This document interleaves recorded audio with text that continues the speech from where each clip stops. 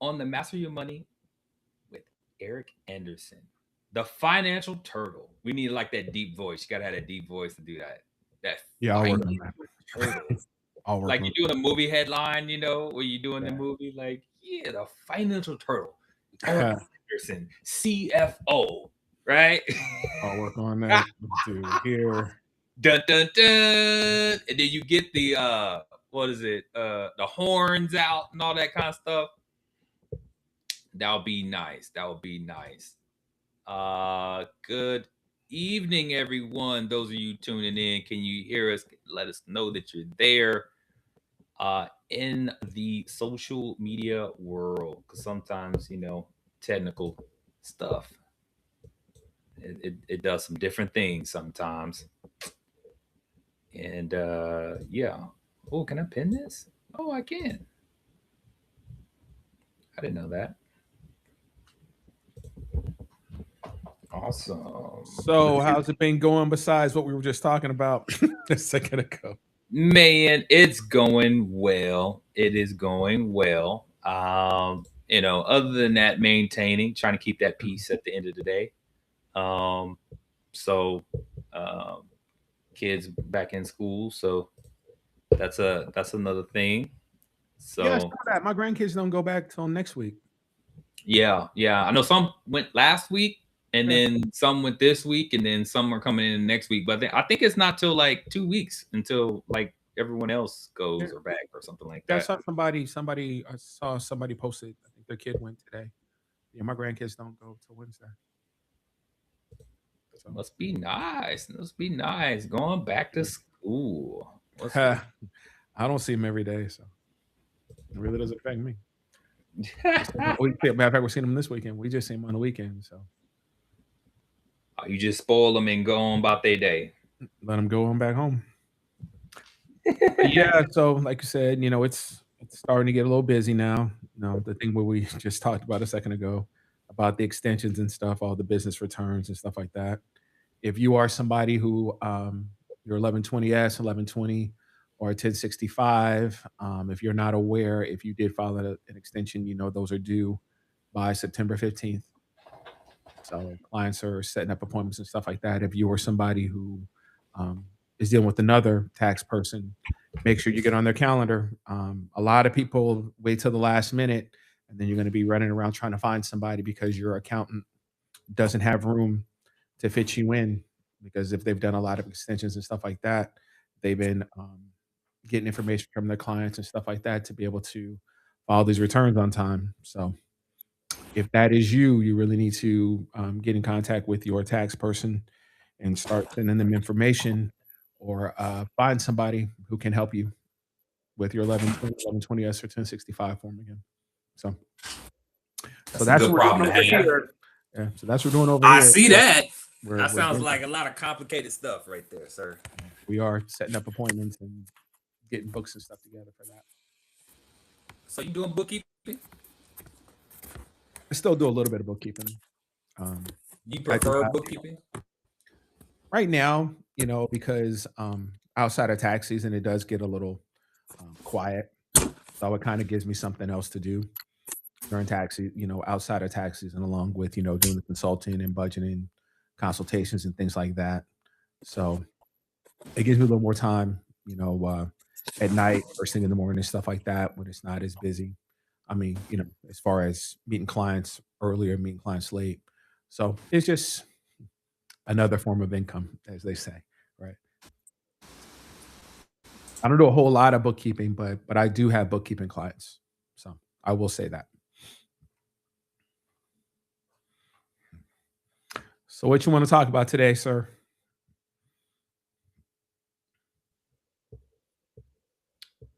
Wow. Can you see me? I can see you now. You dropped out for a second. Yeah, I don't know what happened. I think something's happening with my computer. It's like saying it's unable to process again. Are we still there? It like it did Yeah. it all like over again. No, I'm looking right at you. Ah, But you did go out for like a second. I did go out, but I think the live it says something about the live connection. So I just want to make sure everybody can hear us and y'all can see us. Yeah, it's still Let us counting down. know. I can see you and I can hear you. Okay. Yeah, I'm trying to make sure that because sometimes it's like, oh, it's doing too much, Mm. but at the end of the day. So, hey, I see you. I see y'all tuning in this evening. Uh just one moment. How's y'all's week been? Please let us know how's your week been. Give us one word of how it's been going for you. Um, and let us know in the chat. Please feel free. And we're gonna get started. We're gonna get started. All right.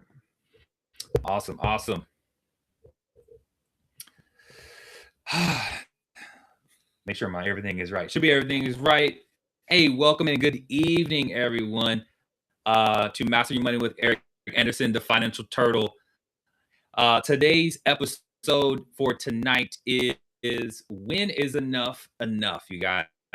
Why more money doesn't always bring more peace. And we were just talking about peace and what that looks like right before. It just so happened to be that, right? I don't think that was planned. Life so happened to happen. So now your topic is aligning with the message for the Correct. day. I would say we're gonna need to put up some offerings today. We might have to collect offerings today. Crazy. Um, so yeah. When it comes to uh, honest conversations, the decisions, your behavior, the mindset about family, business. Um, you know, when is enough? Um, and I guess when you talk about like marriage and lifestyle and identity and just wanting that peace, how do you know when you are building a better life for yourself versus building more of an expensive one, right? Like, or you having more expenses. So how do you know if you're building a life that's, I guess I would say I'll add meaningful or purposeful or that you're on the right track and, or is it just simply building more of an expensive one in a sense? But anyway, that's just my thoughts. What are your thoughts on this topic, sir? And what do you think about that? So when people talk about, financial freedom, I guess a lot of that depends on what your mindset is, what your goals are, what you feel when you feel contentment or whatever. We had talked a little bit earlier. There was an article that we had read that talked about stress and how stress is like a big killer for people, and it's usually financial. It's money stress. The stress of being quote unquote broke or poor, whichever word you want to use, is a real stressful thing for a lot of people out here today.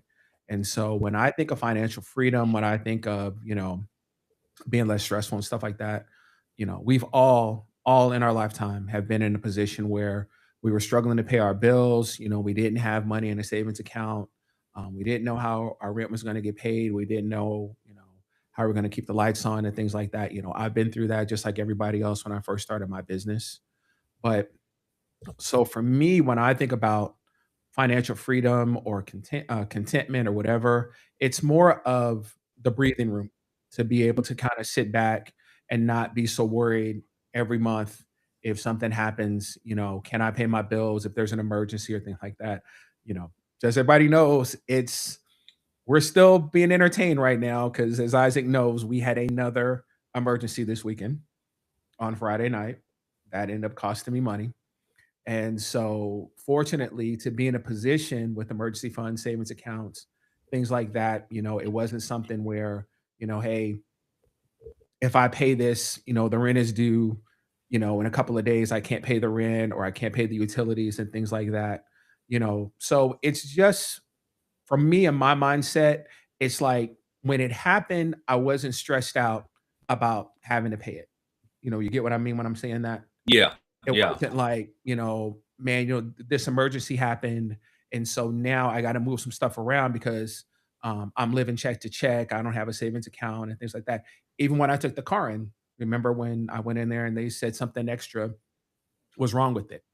And so the same yeah, thing, if I didn't have money in a savings account, I didn't have an emergency fund, and things like that, something like that would really stress you out, right? Because you would be like, I don't have the bandwidth, I don't have the money left over after I pay my bills to be able to take care of any emergency, anything Mhm. like that. So if an emergency happens, I'm going to be completely stressed out now because now some bill's not going to get paid, or I'm not going to be able to go do something or whatever because this emergency happened.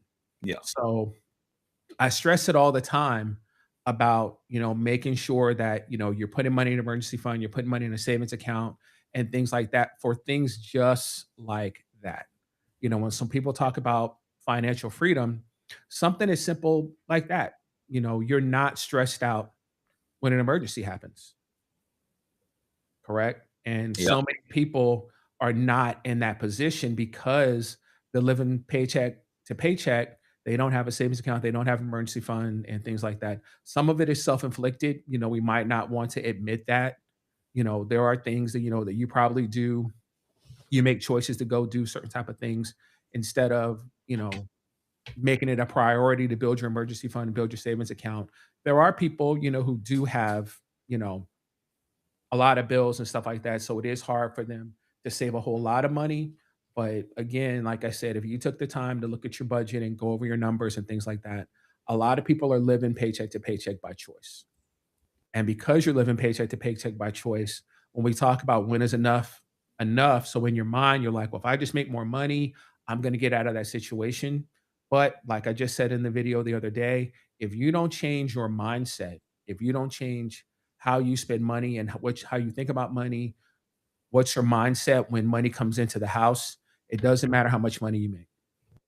You're always going to be behind the eight ball. You're always going to be stressed out.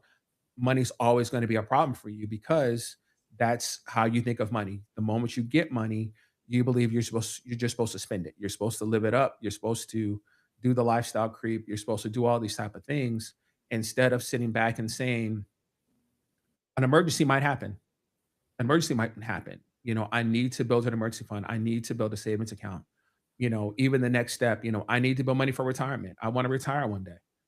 I want to stop working, or I want to be able to go on a vacation because life is so stressful and things like that. So I need to be able to have money to be able to go away for a while. And that costs money in some cases, right? You can just go out of town or whatever, but in a lot of situations, a lot of people really want to go out of, go on a cruise, go on some type of vacation or something like that, do things with your kids and stuff like that. So you have to plan for those type of things. So when people talk about financial freedom, it depends on what is what is something that you would do if you had the money to do it. And so if you have the freedom to do those type of things where it does not affect, you being able to pay your bills, you have an emergency fund and things like that, then, to me, that is a form of financial freedom. Obviously, most people tell you financial freedom is the money I have is making enough money to where I don't have to work. Basically, my money's making money. I have enough money in a bank account to be able to live my lifestyle without having to go to work or doing all things like that. Some people believe that's financial freedom as well. But for a lot of people, financial freedom is just the ability to sit up and say, if something was to happen, I'm good. Or if I wanted to go do something, I can go do this, and it does not affect um, me being able to pay my bills, me being having to take it out of emergency fund, me have to do these type of things to be able to do what I want to do. So to me, that's some type of freedom as well. When I think about that, Eric, when you said it was really good about that mindset, and then what I've kind of noticed is that if you cannot afford to go on the vacation you would desire, right, and you need to like get away, um, which is sad. I obviously it's sad, but it's like maybe Oh we no, should that's just the go absolute for truth. No, it's absolute truth. go. Maybe we should just go on. Like we got to figure out ways. How can I not spend any money? Because once Right. I spend more money, then I'm actually putting myself in a more Bigger stressful hope. situation, right? Okay. Or a bigger Situation. hole. And so it's like, well, if I don't have it to go to Disney World, I don't have it. You have it to go to Disney World, but at the end of the day, I don't need to have that to decompress or release my stress or my tension or something like that. Maybe it's just going to one of my favorite restaurants and getting, a little meal and walk around, the park or something that doesn't require where it's like I got to spend thousands of dollars and go on a cruise in order for me to have a good time and you know what I'm saying or whatever. And and like and be around people. Like what's gonna be something that you need to do that's gonna really just like and where you can enjoy, but then also be okay with the space that you're in that does it's not costing a lot of money. Correct. I mean, Because you you can do don't have a lot of something. money, you got to figure out ways to be creative and find things that you find joy and peace in. Correct. And so, You because can not everybody has the money to go on cruise, 5 cruises a year. you can do something as simple as, just drive down to San Antonio and walk Yep, around the Riverwalk. yep, yep, Go yep, to the yep. zoos down there, go to the botanical gardens and stuff like that. Back when, I don't say when I didn't have money, but yeah, I've been to the botanical gardens down there. I've gone to the Riverwalk and just walked around, ate at the restaurant at the Riverwalk, just do things like that that, doesn't cost you as much money, you know, spend the weekend, go to Dallas, just drive to Dallas, stay in a hotel, like you said, go get a nice meal, go shopping, if it's window shopping, but Window shopping.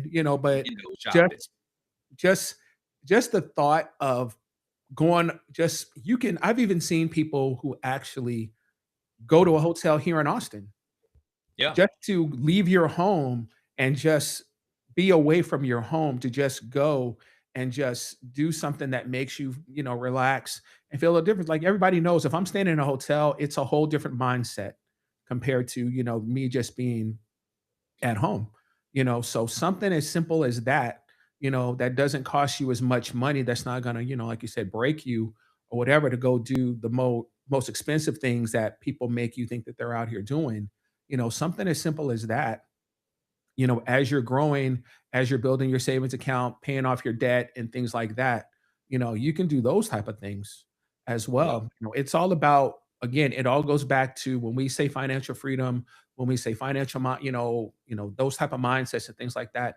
It's really about how you feel, what makes you feel good, Like you said, it's crazy how we're joking around. The things that I do to relax and go on vacation and recharge and stuff like that, people tell me a whole lot of people say, "Eric, I would never do that." No, a whole lot of people say, "Man, I hate going on cruises." I'm not gonna be out there in all right, that water. right, right. Have They don't want people to be on think a it's boat. Yeah, boring and stuff like that, but if anybody's had a conversation with me, they know why I go on cruises. I would rather be on a cruise than anything else. If I'm going on some type of vacation, I'd rather be on a cruise compared to anything else. And people who know me know why I'd rather be on a cruise than go fly out to Vegas or do all those type of things. You know, I have my personal reasons why I'd rather be on a cruise, but again, that's me. But if there's something that you enjoy, like I said, you might just enjoy going to San Antonio and going to the zoo, taking your kids to Slitterbond, something like that. It all depends on what works best for you and that you can afford. That's not going to break you for you to go do those type of things. And I think that's part of our biggest problem, like you said, is people live above their means and end up living paycheck to paycheck. And when emergencies happen and things like that, they don't have the money to be able to take care of it. And so that creates the stress that people deal with. And so, like you said, enough is never going to be enough because again, you're always going to be on that hamster wheel. You're always going to feel a certain type of way because of your mindset of money, because of how you think about money, about how you spend your money, how you deal with your money. And so when you read these articles and stuff saying, what was it, 63%? Was it 63% of people are living paycheck to paycheck? yeah, yeah. I think so. And they said most people say they don't even have $500 Yeah. after they pay all their bills. Mhm. That can be stressful, having that type of mindset. I know. Again, like I said, before I started my business and things like that, we were like that. We weren't making a whole lot of money and stuff like that. So it was really tight after we both got paid and things like that. And I'll be honest with you, that's pretty much why I quit because I didn't want to have that lifestyle. I didn't want to have that mindset. And Uh, fortunately, I'm not doing the Steve Harvey and telling everybody to leap because Talk about it, it was please. not It was not easy. It was not easy at the beginning. It was a struggle. So, But, you know Eric, I want to ask you, Eric, because what I'm hearing you say is that enough was enough for you. Like what do you you mean? you you had enough in order for you to make that decision and make that happen and start and bet on yourself. Like enough was enough for you to be like, this is not what I want. This is not the life that Oh, I want for definitely. my family. This is not where I want to be. And like talk about that because I think that some of us are trying to make some hard decisions and whatever that point is or that breaking point, could you describe that and how that was and how that was feeling at that time when you were making those decisions? So, we actually made a video about this. But like you said, I was sitting in a cube and I knew I was better than what I was sitting in the cube doing. And I'm begging someone to give me a raise that really wasn't even a raise. I'm sitting here begging somebody to give me more money and to value me the way that I valued myself. I think I've said in the video, I actually sat across from this person, and this person said, everybody says that you have all this initiative and you're a go getter and all this and that. This person said, I don't see it. Imagine that. Imagine that. If you know me now, imagine that. So I'm listening to somebody tell me who and what I am. And I know for a fact she's absolutely wrong. So I got to sit here and sit in this cube and listen to you lie on me and tell me I'm something that I'm not. So, like you said, I kept sitting there and praying about it and praying about it and praying about it and thinking about it. You know, I tell people the story all the time. We bought our house in August. I quit my job in April. My wife sat right on that couch and started crying when I said, I'm going to go work at this company and it's commission. It's all commission. Because I went there to get my securities licenses and all that good stuff. She sat right on that couch and was crying. She's like, "What are you doing? You know, why would you quit?" Like people say, "Why would you quit this safe job? Yeah. Ooh. This this job ain't safe. Oh, talk about it. This job isn't safe." And I'll tell you worse. I was almost fired twice because of my attitude of me feeling the way that you're treating me here. I was almost fired twice, arguing with the boss, trying to tell you that I'm something that I'm fighting to make you believe that I am. All I can say when people ask me my thoughts about it, I said the best thing they could have done was not promote me. If you'd have promoted me, I might have still stayed, correct? If you promoted me, I might have stayed. But for you not to promote me, you finally made me sit back and say, no, uh, apparently I'm not supposed to be here. Mm. Apparently I'm not supposed to be here because you're not valuing me. And so apparently I'm not supposed to be here. And I damn sure don't need to stay here and be devalued. That's crazy. But that's off tangent. But when people talk about quitting and starting, because again, with what I do, I talk to people all day long who try to start a business and want to do these type of things. And again, I can never be a hypocrite and say to somebody, "You better not quit your job." I just told you I quit my job. So I could never tell anybody to not do that, but I can tell you my experience on it. I could tell you the struggle. I can tell you how hard it was to fight to go through that and to come out to to where I am now. Where I believe I'm doing all right. You know what I'm saying? But it was a hard struggle.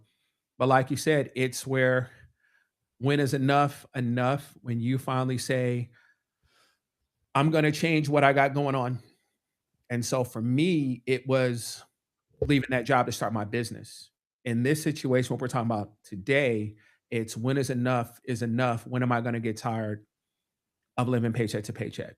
When am I going to get tired of being stressed about being able to pay my bills because and things like that where I'm not able to live the lifestyle that I want to live.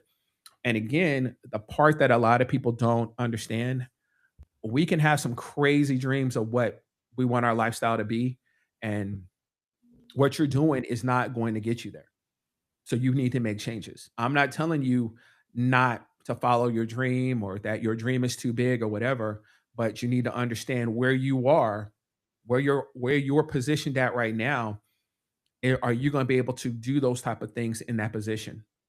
So the example I would give on that is if I knew I wanted to live a different lifestyle, I couldn't keep sitting in that cube, right? Mm. You made a So change. Yeah. you got to make the change. But once you make the change at the same time, don't think it in a position where you're steadily enough is not enough. Enough is not enough. Enough is not enough. So you're just steadily stressing yourself out, not being, again, content is an interesting word to me because when people say, "Are you content?" I'm like, not really. Because as you know, every year I always push my goals up. I always push my Yeah. numbers up. I'm always looking at my numbers every month.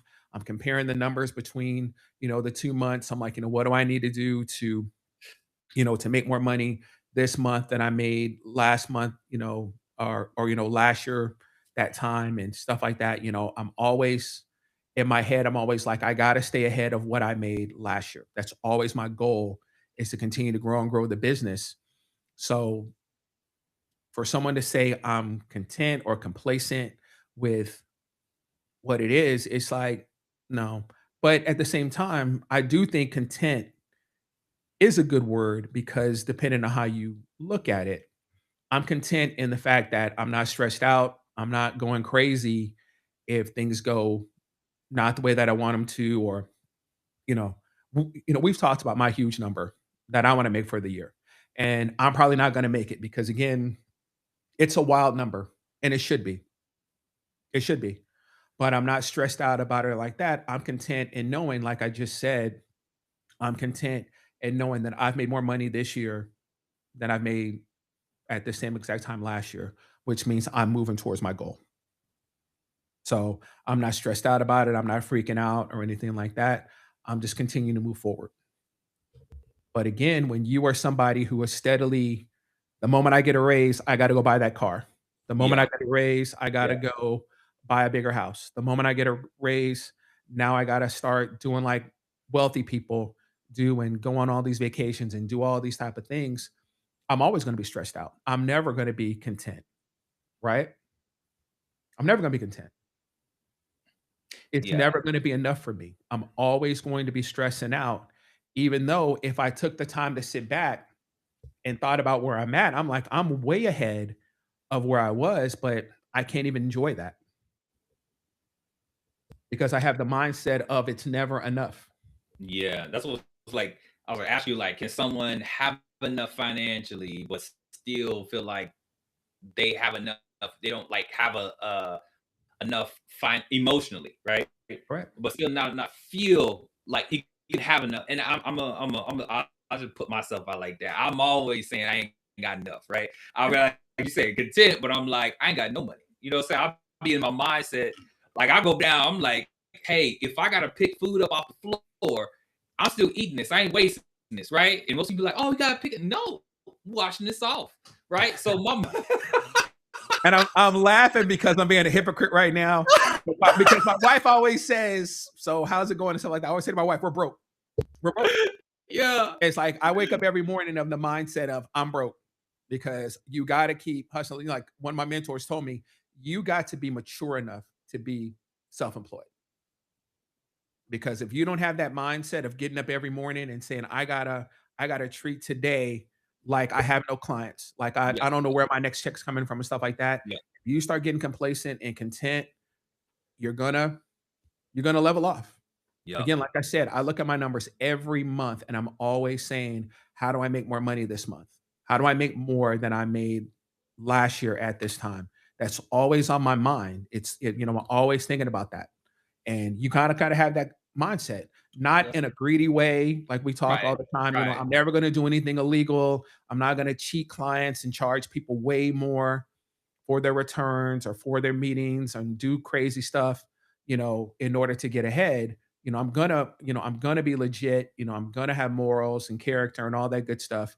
But at the same time, you've always got to be of the mindset of, how do I grow? How do I make more money and things like that? And again, so everybody's clear, it's not always just about money, but at the same time, it's crazy for 1 minute we're having a conversation where people say I'm stressed out all the time because I can't pay my bills and I don't have any money. And then you tell me, Eric, money doesn't buy you happiness, right? It's kind of crazy to say both ways, but it's the love of money that, the root of all evil and all that good stuff. If you like to do certain things, if you want to be able to retire, if you want to feel comfortable, feel like you have financial freedom and stuff like that, again, it's a mindset. It's Yeah. a mindset. And as a self employed person, like you said, I could go a whole month and not see a client. It's possible, you know, obviously, more than likely, that's not going to happen. But, there's a possibility that everything could dry up. And then what? So you got to always have that. So it's crazy. So you always got to have the mindset of it's not enough what I'm doing to grow. But like you said, when is enough? When is enough from from the mindset of saving money, doing all types of things, stuff like that. Am I going to make more money and then have this lifestyle creep and do all these type of things that's still going to have me stressing out about money? So you need to learn how to balance that. That's how I think that's we're kind of all in that little boat of like, oh, we want to go get this, we want to go do this, and we want to live life, and we want to go over here with friends, and we want to go to do that. And it's like there's a lot of things, and I think sometimes it's hard as an entrepreneur. It may be different, right? But like if you just got like a fixed kind of check type deal, or salary based type deal, or hourly, and you like know what you're gonna get or whatever, it's like, yeah, you can go do these things. You should treat yourself. But I'm like, at the same time, you're in a situation. If you're in a situation, you don't have that luxury, right? So you don't have that luxury. You got to treat it like this is survival of the fittest in a sense, right? Um, and until you get to your goal, and I think that's important too. You kind of mentioned earlier, it's like, what is your goal? But then is your goal too big, right? Is it too big? Is it too, extravagant? It's like, I'll never hit that. If but you got to believe in yourself. You got to make sure you're putting a plan together that's going to actually get to that goal. Using the SMART goals, not just, oh, I just got a goal to be make $100 million this year. Correct. Really, like that's not to say that they can't happen. Not right. You might hit that lotto, and I'm But your if you best have no friend. goal or no plan You know on, what I'm saying? if you You can't, like I call said, me. when I tell people that if you can't show me a business plan or whatever, how to get to those numbers and stuff like that, like you Yep. say, you're Yep. just talking crazy. You're just, saying something just to be saying it because at the end of the day, you can't reach that goal. Why does You're the just why saying does the it. Eric? Why does the finish line keep moving though? So again, like I said, that's about being, content. That's about, being complacent and stuff like Okay, that. Like I said, that was it. every year, like I said, I joke around, when I first started, me and my assistant, when we first started, we had a number on the board. I was like, I need to make that Hmm. every year. And, you know, it's to the point now, like I said, I'm blowing that out of the water. And every year, like I said, when January comes, I'm always pushing the number because again, you don't want to be complacent. You want to keep pushing yourself. So in my mind, it's like, well, if I made that last year, I can make this shit. I can make this amount this year. You've got to always be trying to push yourself. And again, it's not about being greedy or anything like that. Right. It's just, you want to continue to grow. So that's the way I look at it when people say, you're always moving your goalposts, you're always out here, trying to make more money, trying to be more and stuff like that. It's just I tell people all the time, everybody thinks it's crazy, and I'm gonna hurt some people's feelings when I say this. When I see people say, I want to start this business and I want to go get all this money and these loans and stuff like that to start this business, you want to tell people everybody's not built for this, Isaac. They're not. Everybody's not built for it. It's like we laugh and joke about getting up at 4 o'clock in the morning, about working on Saturdays and Sunday. People come in and they're like, "Are you ready for the weekend?" I look at you like, "For what?" If That's funny. anything, I take Sundays off. I try not to work on Sundays, outside of tax season. During tax season, it is what it is because a lot of clients can only meet me on Sundays and stuff like that. So, it's 7 days a week during tax season. But outside of tax season, I try to be done on Saturday by 1, 2 o'clock and then take all the Sunday off. But a lot of times Sundays are preparing for the week.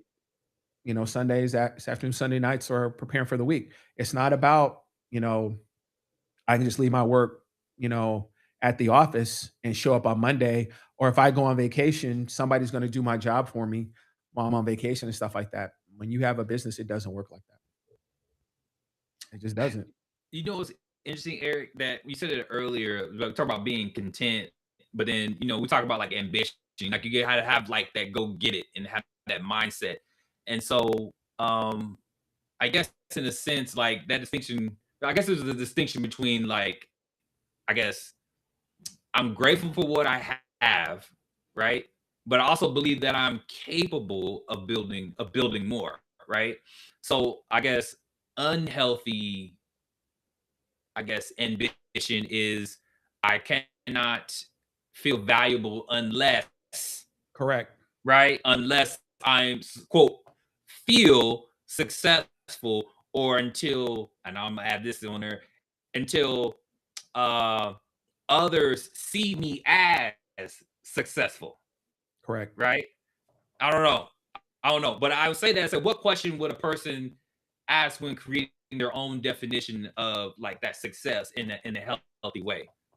So you have to look at what is successful to you, and you need to be focused on what if you were to say what does success feel like for me, that should be different for everybody, right? Mhm. And your number one thing should not be um I'm successful because everybody thinks I'm successful. And that's sadly usually, I don't want to get on that soapbox again. That's why we get entertained by these videos and things like that. It's people who believe that if they're in a certain car or if they're taking pictures on vacations and things like that, you want to give everybody the impression that you're successful. And as we know, a lot of times most of these people are not. They're really and truly not successful. But you're causing more stress for yourself, like you said, trying to live up to this lifestyle that you believe everybody thinks that you have and are trying to aspire to be you because you believe that that validates you. You believe that is who you are. That car you drive or the videos that you do and stuff like that, you believe that validates you to be successful in people's eyes, and like they say all the time, most people can care less of what kind of car you drive or what you do in your videos and all that stuff. But sadly, you do have people who believe in that. People who really and truly believe that you are that, and so you're stressing yourself out trying to live up to that lifestyle. Trying to live up to it. I Try to think live up that's to that lifestyle, and trying go to into be more that, debt and dig yourself in a bigger hole, trying to be that. tr- trying to be that because they have an identity perception of you, Correct, and you're trying and you like the way it feels. correct. And so now you're just feeding into it at your own at your expense. So I mean, you could just stop, right? But it's like, no, I got to keep going. The people need me, right? Like they need me to be successful, or those people are not gonna aspire to what? You ain't got no money, Correct. right? Like, And it's funny and it's funny, the reason why I'm smiling, it's like when you see people like the Jay Morrisons, the Him 500s, all these people, the people who are going to prison now because they weren't what they say they were. But the crazy part about it is you spent all this and did all that to portray yourself a certain way. And as you see, life moves on. yeah, Life moves on without you, but you did all of this to try to make yourself look like you were something that you're not. There's so many people we can talk about who were doing all this stuff during COVID and stuff like that, who you don't even see on social media anymore because they really and truly weren't who they say they were. And then once all that PPP and EIDL money and all that stuff started drying up, stimulus money and everything like that, once that money started drying up, and those people couldn't pay for your courses and your webinars and all of that stuff, who you were, It's like you really didn't have a great business or whatever. People were just buying into that because you were giving them the impression that they could make all this money and be successful like you were pretending to be. And then, like you said, once people weren't able to pay for that, you didn't have a legitimate business that was able to sustain it. So these people fall to the wayside. And then the people who gave them the money, that I don't want to say that wasn't their money, but that was extra money, right? That was stimulus money. That was people lying to get PPP money and stuff like that.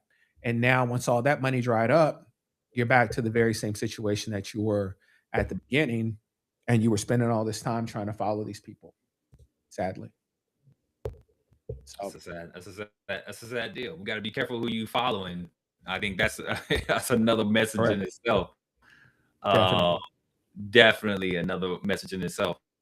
But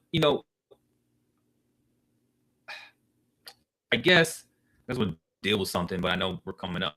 But more income can solve real problems. It can help some people, pay bills, eliminate debt, save, invest, and provide like better housing, healthcare, retirement. Uh, you can create some more opportunities for your children.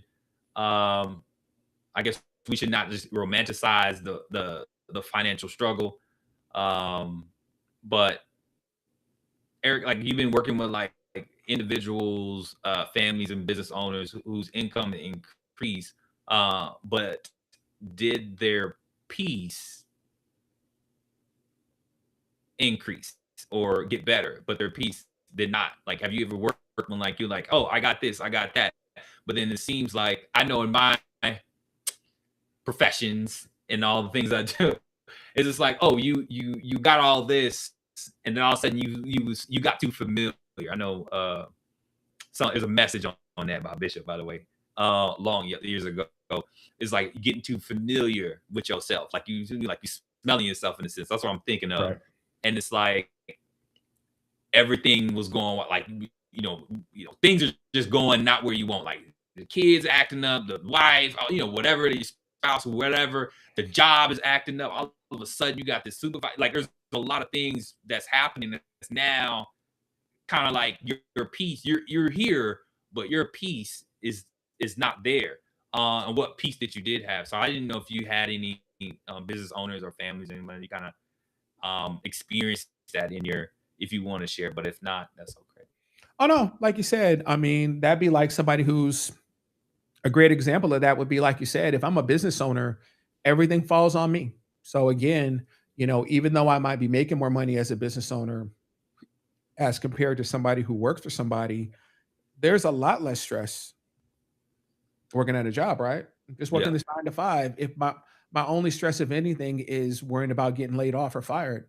yeah, But if yeah, I just go in and do my job every day and they're not laying anybody off, I'm not stressed out about, being able to pay my bills, if my budget is able, to if I'm able to pay all my bills through my budget and stuff like that through my paycheck, then that's fine. I don't have that daily stress of the person, again, like I said, who owns a business, who worries about clients calling, worrying about, am I gonna make any money today and things like that, and making sure the business is doing what it's supposed to be doing and stuff like that.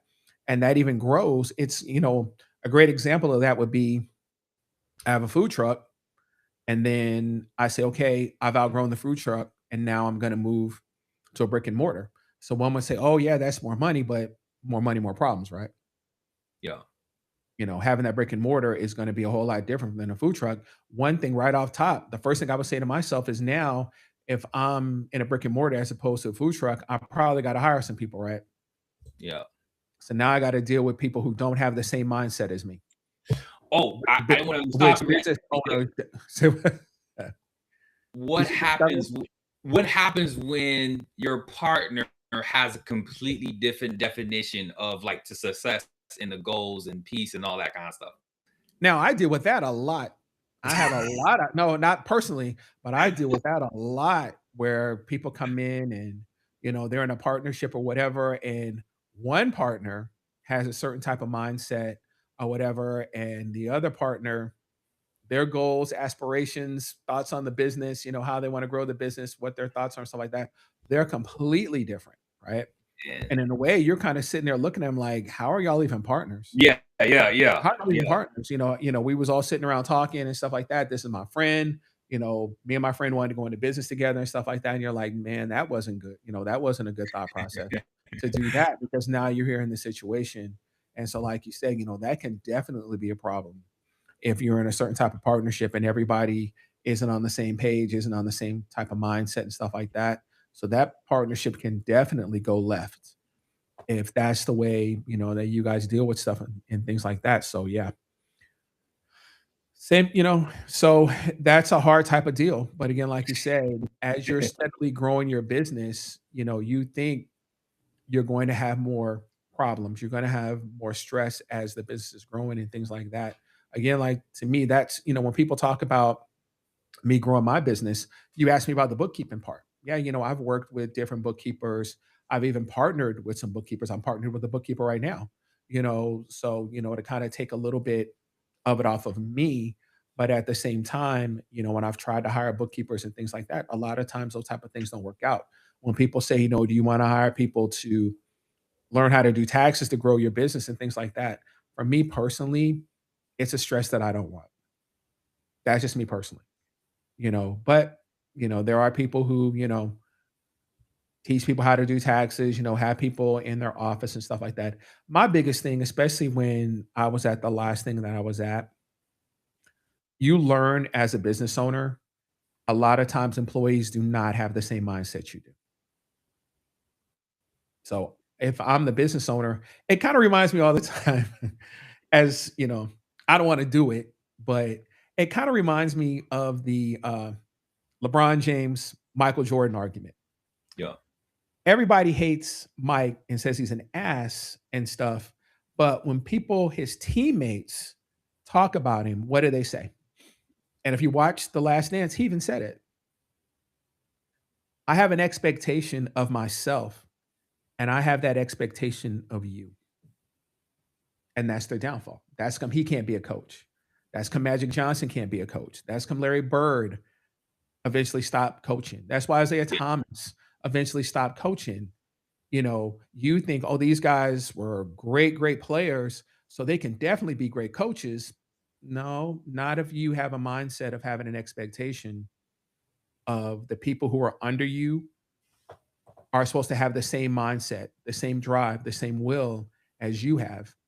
And a lot of times, as we all know, that's not the case. No, A not lot of everybody can have that mama mentality though. You know what I'm saying? Like, every, no, that's everybody's not going to come in on a Saturday because we got to get some bookkeeping done. You know what I'm saying? If I pay you, but in some cases you still ain't coming in. Some cases you're going to say no, this is my Saturday. You know what I'm saying? That's your business. I know you've seen that before. yeah, all the time, All the all time. the time. All the time. People who work at a regular job, they're out at 5 o'clock. They don't care if it's done or not. If the Hey, work is done or not, they're out at 5 o'clock. I called you at 4:30. All of a sudden, Right. you ain't answering calls no more because See it's what I'm saying? almost 5. See what I'm saying? And So, out the door at 5 o'clock, right. 5:01 in the parking lot, right? See what I'm saying? But yeah. So that's part of, as you're growing your business, as you're growing these type of things, when people say, does it get more stressful and stuff like that? It definitely does as you're growing because of the growing pains and things like that. It gets easier, like you said, when you're able to hire people and, take some pressure off yourself and things like that. But a lot of times, nah, it's more, it, it can definitely be more stressful for you, especially if you're counting on other people to have the same mindset and the same drive and ambition and things like you have. And you should know that that's usually not going to be the case because that's your business. I eat what I kill, so to speak. So Right. the harder I work, the more money I make. A person coming in getting paid hourly, they getting paid hourly. It doesn't really matter how much. It doesn't really matter how much work they do. They're getting paid hourly. But I know if I knock out more and more returns or meet more and more clients, I'm going to make more money. It's almost like one of the funniest things. I tell my clients all the time when we got to call the IRS And they say, man, then people act like they don't even care when they're talking to you on the phone. I've seen IRS agents, IRS people hang up on people. They put you on hold. You're just sitting around stuff like that. And it's like, I said, those people don't care. You think those people at the IRS care? They They don't get care about paid this. They your don't care. urgency. They don't care about your urgency. They don't care that you're freaking out, that you got this letter and you're trying to get this solved and stuff like that. They're getting paid the same amount of money. And I know that people are like, no, I take my job seriously and stuff like that. Okay. But for the most part, most people are like, nope, this is what I get paid. This is my job. It is what it is. It just truly and truly, it just really and truly is what it is. So that's just something to think about as you're trying to grow your business and stuff like that. You know, as you try to grow your business, you really need to think about the type of people who you hire to help you grow that business. Because again, if they're not on the same mindset, the same wavelength as you, they can become a liability as opposed to being an asset for your business. So, That's good, Eric. That's really good. I know we're closing on the last bit of the show, but I got three questions right here for you. You ready? let's go. And these are three questions that, like, before anyone, we're talking about enough is enough, and marriage and kids and family and just kind of going through life. And what they got like three questions that before increasing their lifestyle and making these decisions, this could apply for buying a larger house, car, um, uh, going on vacations, just all those different types of things, or expanding your business, or getting involved into another business. But what are your three questions that you would recommend or suggest you ask them to kind of ground themselves in a sense? For someone who's trying to buy a house or trying to do something like that. Like if you're asking for increasing their lifestyle, right? Like if they're increasing their lifestyle, what would three questions they would need to think about when they're asking about, hey, I want to improve, I want to be able to go here? What three questions should they ask themselves if they want this a promotion, or have a business, or something of that, and buy a house or something like that? What, like, if you have three questions, should they ask themselves before moving into that? If you did, I don't know, I was thinking about what you had kind of made a decision, so I was trying to think about what questions would be asked yourself to go and go to that next step, or that next goal, or go towards that. I understand what you're saying. So again, in some ways, it depends on the situation. So, like, let's say if somebody wanted to go buy a house, I would definitely say, hey, what's your budget? How much money do you have in reserves? Do you understand? As crazy as it sounds, as you see what we're dealing with now, in a way, it is true that your rent is your rent and your mortgage is not just your mortgage. And what I mean by that, obviously, is if I'm staying in this house and something happens in this house, I call the landlord and the landlord has to come fix it, right? Right. If I'm living in this house and I own this house and I'm paying a mortgage on it and something happens, either I pay to fix it or it doesn't get fixed if I don't have the money to fix it, right? There's nobody I can call to make them come fix it. I own the house as far as me not paying for it, right? And so if somebody wanted to buy a house, I say this all the time to people who want to buy a house. When people say, well, my mortgage is less than uh, what I'm paying for rent right now, it's like that is the wrong attitude. Mm, That's the wrong thought process. You're going to right. be in trouble. And so many people end up being house poor just because of that. You need to really take a look at your numbers. You need to understand that your mortgage is going to go up every year. I know you see the articles and the videos of people who don't understand that. Great example, myself. Like I said before, when we moved into our home, we moved in August, right? So what do you think happened in January, February of the next year? Our mortgage went up hundreds and hundreds of dollars Yeah, because because the taxes and all that because kind of yeah, stuff. when you buy a house, Yeah. usually when you buy a house, like in the middle of the year or stuff like that, what you call it, either the homeowner, if you're buying a used home, or the builder, they've already paid the taxes. You got to pay the taxes. Yep. They've already paid the taxes for the year, and so you don't end up paying any taxes when it goes onto your when you pay your mortgage those first few months, whatever, you don't pay any taxes. And then you see all these people, they freak out when January, February comes. What do they say? They're like, "Oh my god, my mortgage is skyrocketed. I can't afford to live here. And I've only been here a few months, but just because it jumped like that." Or again, if something happens, I don't have the money to fix it.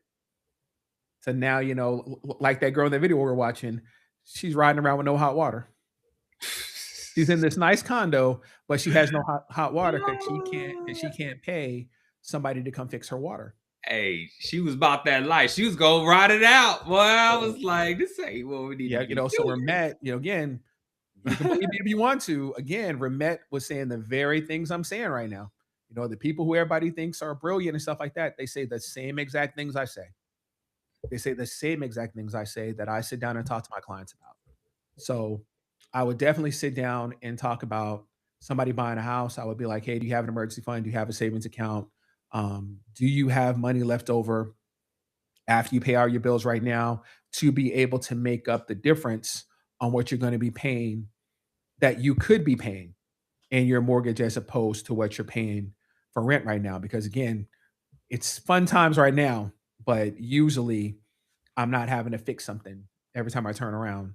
So, it's been fun times right now, but it does not mean that you're going to always have to do repairs and things like that in your home. But you definitely need to have a savings account, an emergency fund, or whatever, some type of fund that you have sitting off to the. So I would definitely have that conversation. I would say again,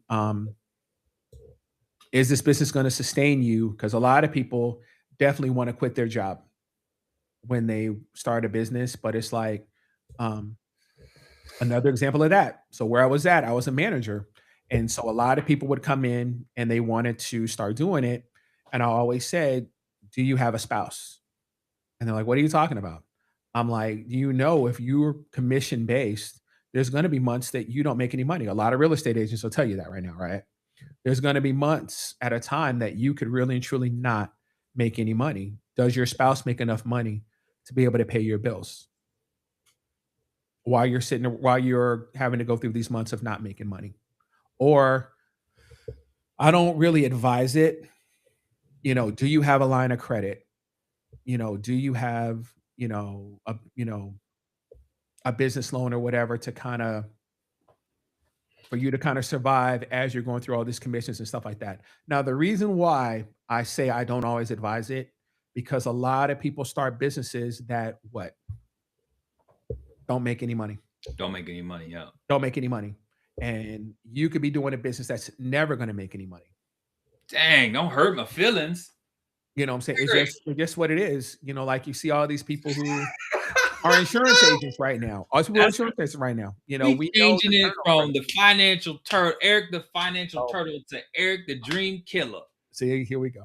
But again, a lot of people find that out the hard way. You'll go Oh, get a whole bunch of money, like when you see when Dave yeah. Ramsey talking about that. All these people go get a bunch of loans, or they'll take a HELOC out on their home, take an equity loan out because all of a sudden they're a day trader, or they want to go buy some real estate and they want to go do all these type of things. And again, it's not where I'm telling you there's zero chance it's going to be successful.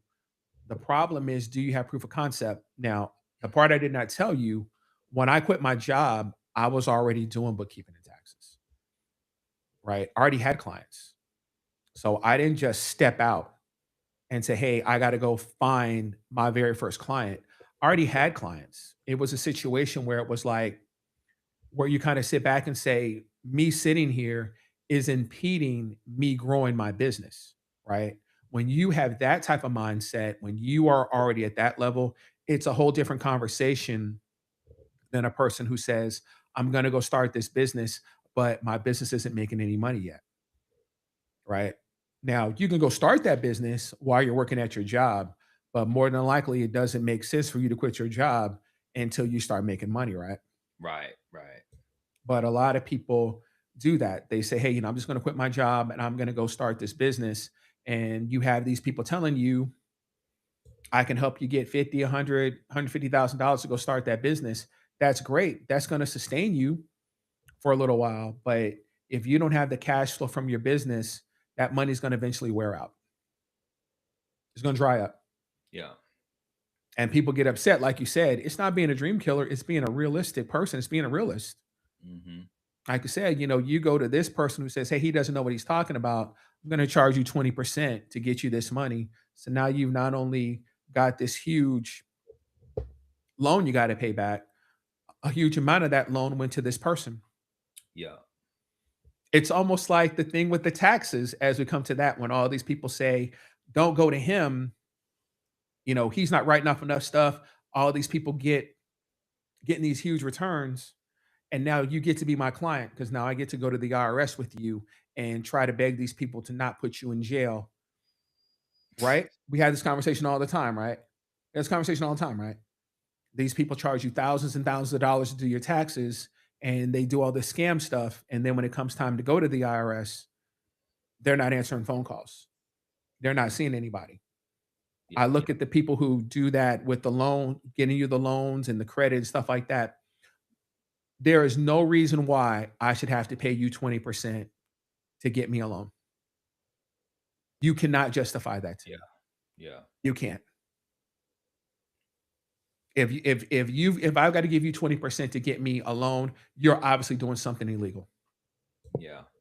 You're obviously doing something illegal because there's no reason on this earth that I should have to pay you for that.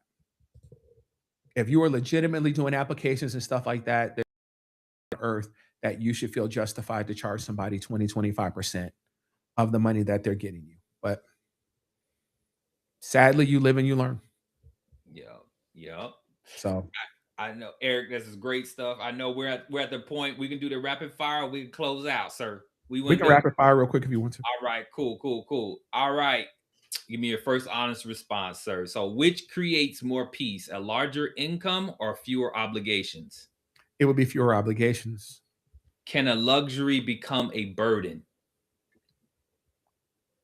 Absolutely. Is lifestyle inflation always bad?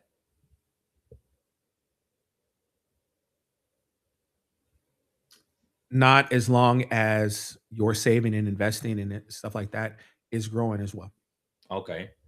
Should every raise lead to an immediate lifestyle upgrade? No, not at all. What is more dangerous, not earning enough or never believing you have enough? Whew. The second one is definitely. Never believing you have enough? Wow, that's a good one. I'm gonna probably expound on that one. Can someone live modestly and still be highly successful? Absolutely. Because again, at the end of the day, it depends on what you consider success. Yeah, I'm ready for that's all I'm people. saying. But modestly, Absolutely. the modestly part, and then highly successful, it thinks like more lavish. Like some people might think lavish, right? Dubai type thing. So that's why I was asking that one. But Mhm. yeah, be successful and depends on what that is, right? Correct. All right, cool.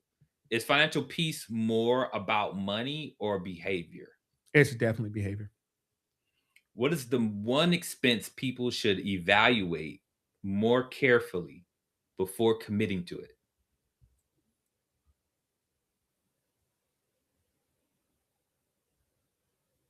Ask the question again. What is one expense people should evaluate more carefully before committing to it? You're not gonna like my answer. Well, yeah, well, go ahead, go ahead. That's the honest one. That's the honest one. Saving and investing because you need to have the mindset that that's an expense. And that's our Woo! problem because most people do not look at that as an expense. When you do your budget, if I see your budget and your budget does not have, I'm putting this amount of money into investing, I'm putting this amount of money into savings, you're already messing up. You're already messing up because that's how you end up living paycheck to paycheck and you don't save anything because you're spending all of your money instead of believing that that's an important part of your budget. I tell people all the time, I have a solo 401k and the money comes out every month. So that's basically an expense. That's an expense of my pay, right? It's an expense. And then I also put money into, the brokerage account and things like that, the money market account and stuff like that. So I look at those as expenses. I don't look at those as, after I pay all my bills, after I've done all this and Right, that, right. That's a then part of your yeah, budget. whatever I have left over, I'm gonna invest that. No, no. You should Ooh, really and truly look at those type of things like they're an investment. That's why, like I say with the pie, the 50-30-20, you should look at that part of your pie like it's an important part woo, of your finances. But again, like I said, most people don't. Most people don't have $400 in a bank account. That's ooh, because most people don't have an emergency fund. Again, we can get into the paycheck to paycheck and people saying, you don't know what you're talking about. You don't know how expensive it is and stuff like that. I won't get into you're not spending your money right and things like that. But in a lot of cases, that's the situation. People want to do other things as opposed to looking at that. And it's crazy when you say to me, what's an expense that I should evaluate and think about before I do it? And I say that's an expense. People are, how in the hell is that an expense? That's the problem. You don't look at it as an expense on your budget. It's building assets, right? But it's actually you need to look at it like it's an expense. If you said every month I got to put money into this account and I'm diligent with it like I'm paying my car note or like I'm paying my mortgage, if I'm diligent with it every month, then those things are going to grow. But we don't look at it like that. We look oh, at those type of things like they're a luxury, and that's I how it ends up being a problem. wow. I'm gonna leave it at that. That's exactly what it is. Thanks, Eric. I appreciate it. We're gonna talk offline on that one.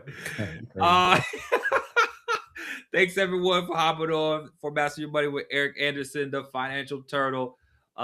This has been a great one. To see he hit some hard stuff for us today. So do we owe you an offering or nothing? What would you like to say to folks? I know you got some things coming up, sir. So again, like we said when we first got on, if you are somebody who did an extension, be it for your business return or your personal, make sure that you get on your tax preparer's calendar. So they're not telling you that they don't have time to meet with you. Like I said, the business returns 1120, 1120S, and the 1065, those are due by September 15th if you filed an extension, and your personals are due by October 15th. Do not wait till the last minute to try to go to your tax preparer to get these things done. They're pretty much as busy when they get to the deadlines for extensions as they are in March and April when they're having to file extensions. The only difference is they have no choice. They have to get them done. So you don't want to be in a position where you go and try to find somebody to help you do your taxes and they tell you that they don't have the time to do it because they already have a bunch of clients. You should already be looking out as you know, I've already sent out the emails from my clients, 45 to 60 days out to let them know, that they need to get on the calendar in order to get these business returns done by September 15th. So my advice to people would be to not wait till the last minute to get those type of things done. Awesome. Thanks, Eric. Thank everyone for tuning in this evening. This is Master Money with Eric Anderson, the financial turtle. We'll be back next Tuesday at 7 p.m. Central Standard Time. Same channel. We'll see you guys. Y'all have a blessed week. All right. I appreciate it, sir. All right.